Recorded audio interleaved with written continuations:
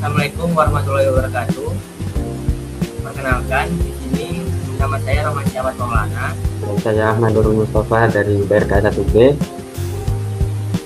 Kami ingin menjelaskan tentang diagram IRD, yaitu penjualan e-commerce.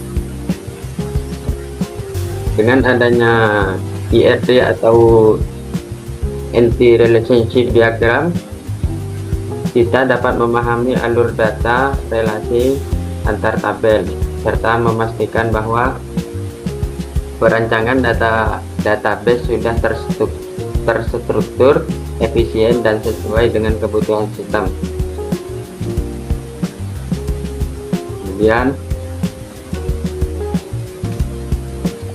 pada diagram ini kami membuat perancangan database untuk sistem penjualan online. Sistem ini melibatkan penjualan, pembeli, barang dan penjual, dan transaksi pembelian. Tujuan database ini sebagai berikut. 1. Untuk menyimpan data penjualan. Yang kedua, menyimpan data pembelian. Kemudian menyimpan data barang, mencatat transaksi pembelian, dan menyimpan detail barang yang dibeli dalam setiap transaksi. Untuk penjelasan setiap entitas, yakni nomor 1, tabel penjual. Tabel ini menyimpan data orang yang menjual barang dengan atributnya, yakni ID penjual sebagai primary key, lalu nama penjual, email, nomor telepon, alamat. Relasinya, satu penjual dapat menjual banyak barang, jadi itu kayak ke satu ke banyak. Lalu nomor 2, tabel barang. Tabel ini menyimpan data produk yang dijual. Atributnya adalah ID barang sebagai primary key, lalu nama barang, harga, stok, dan ID penjual sebagai foreign key. ID penjual adalah untuk menentukan barang yang dijual, yakni siapa.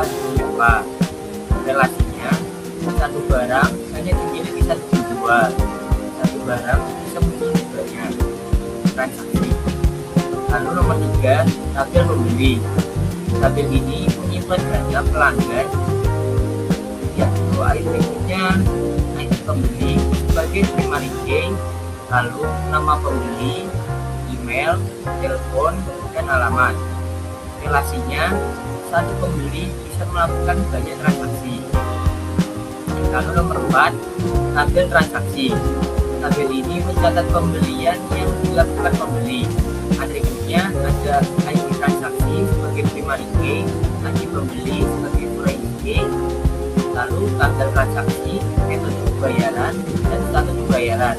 Relasinya, satu transaksi hanya milik satu pembeli. Satu transaksi bisa memiliki juga banyak dalam orang.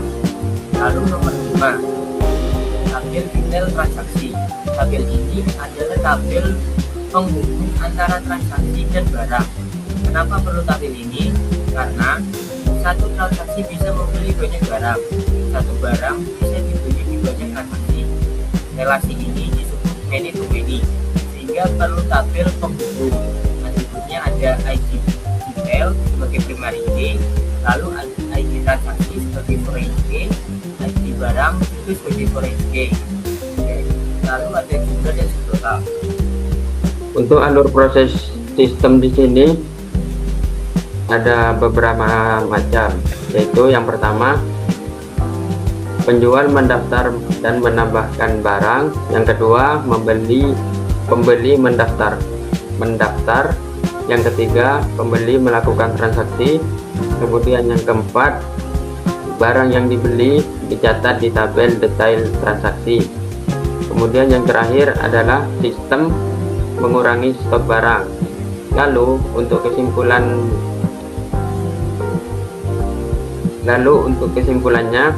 relasi dalam sistem ini adalah yang pertama, penjual ke barang, 1 ke banyak. 2, pembeli ke transaksi. 3. Transaksi ke detail transaksi. 4. Barang ke detail transaksi.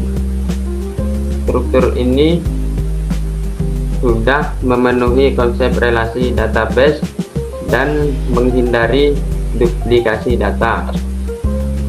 Oke, cukup sekian dari kami. Kurang lebihnya mohon maaf. Wassalamualaikum Warahmatullahi wabarakatuh.